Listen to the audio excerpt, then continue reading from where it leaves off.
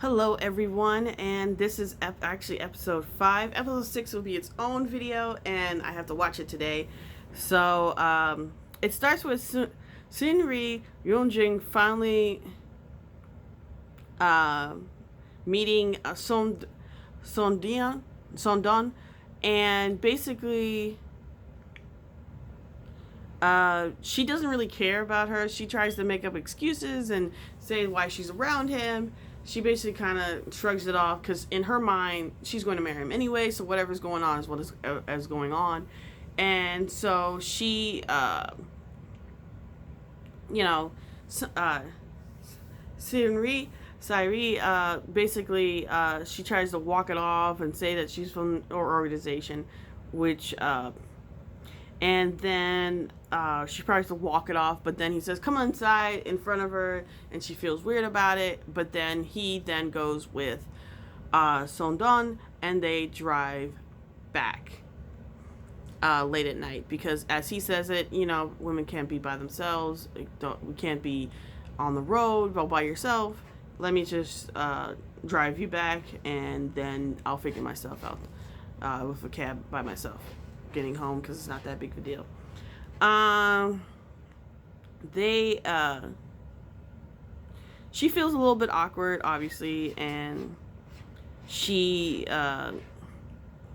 feels really weird. He has dinner with his with Sondong's mother, which she makes a big deal about. Sondong's mother is played by Jong Hong Jin, who was in Family Affair.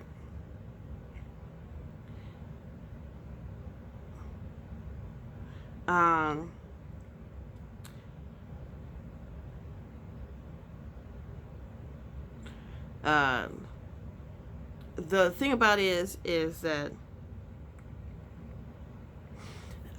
through the dinner, you can see how awkward it is, and the family's just so pushing, but it seems legitimately that he has some level of understanding, but it's our arranged marriage, and he doesn't seem to want to do anything. He through flashbacks, you slowly just figure out that he never wanted to be in the military, but because his brother died, he kind of had to. He used to be in Switzerland, which you find out Sunri at one point was in Switzerland and wanting to kill herself, which it's surprising because then you see her now, and you slowly get to have an understanding that something very tragic happened in her childhood that made it where she didn't want to live. And whatever happened that made her want to not be with her family and run away, and her brothers to hate her, and you find out that she, I guess, was treated differently, even though she was younger and prized, and the brothers didn't really see it as being fair. But we were very, very early in, so we don't really have a lot of information about that. Let me turn the page to all these long ass notes. He agrees to. He then goes to his family, and he agrees that he is going to marry, as long as he has one little thing. He asks his father. Ronjo goes to his family, and he asks his father, could he get Sunri to be on the national team, and when she's there, in his mind, because he doesn't tell his father, that she can just run off and then go home while she's in Europe. But what you find out, if something happens and he nominated her, his father basically says if something happens and he's out and about, then it's on him because he nominated her, and he knows very good well somebody runs off that he could be in those camps that never end and are basically concentration camps and labor camps, and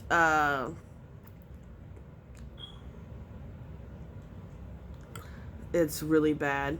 But that's overheard on wiretap when he goes home and he explains it to her.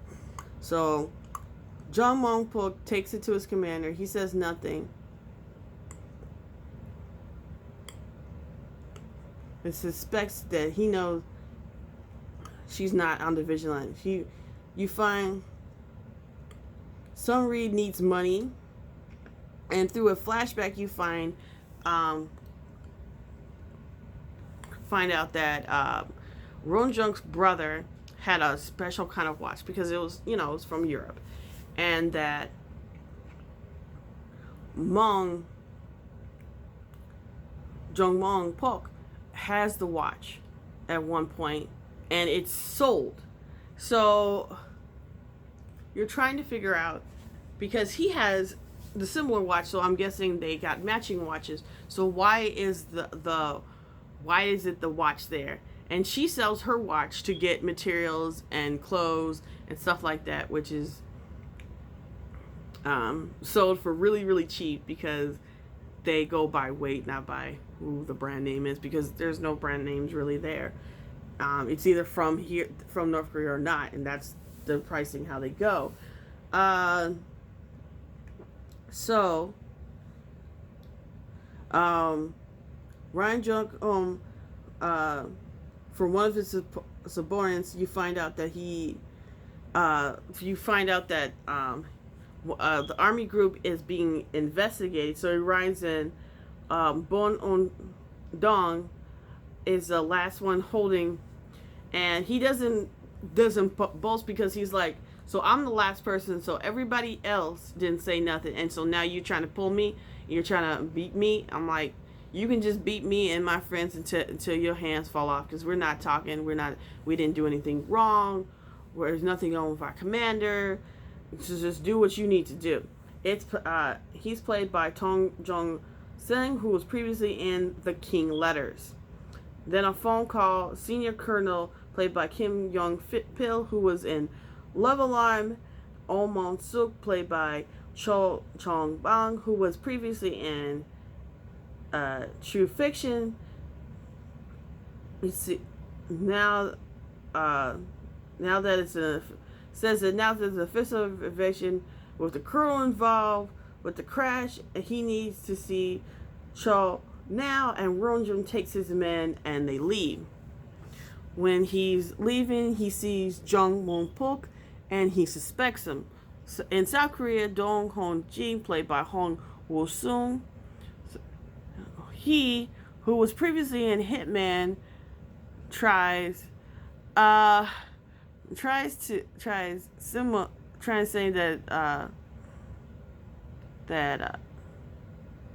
tries to say that Sungri is dead, but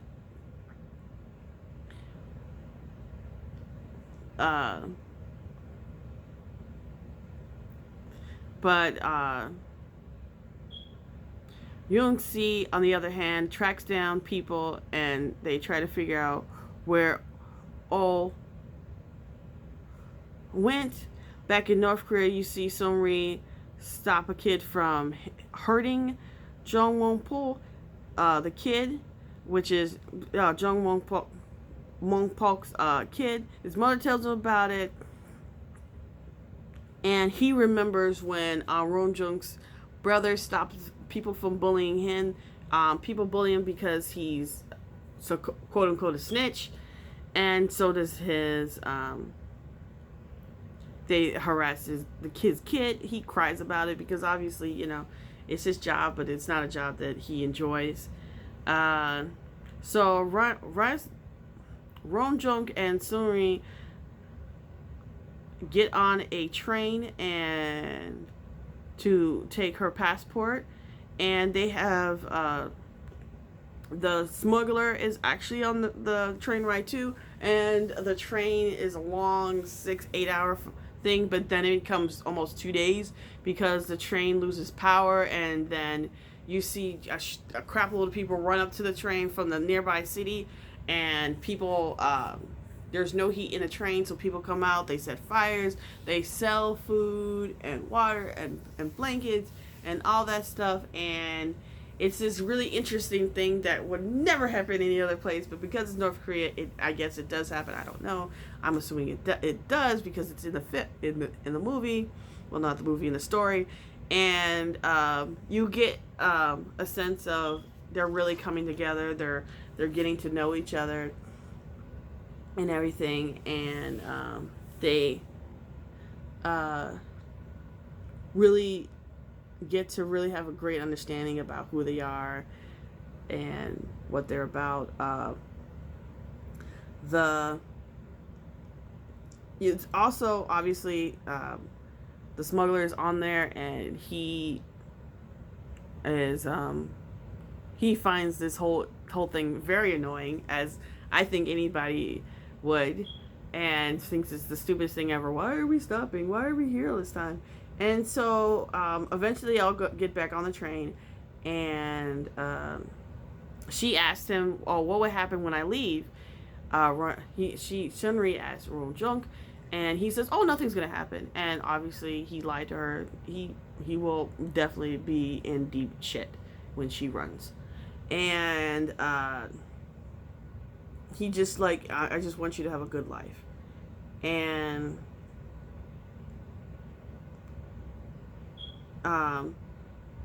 then the smuggler, by circumstance, after he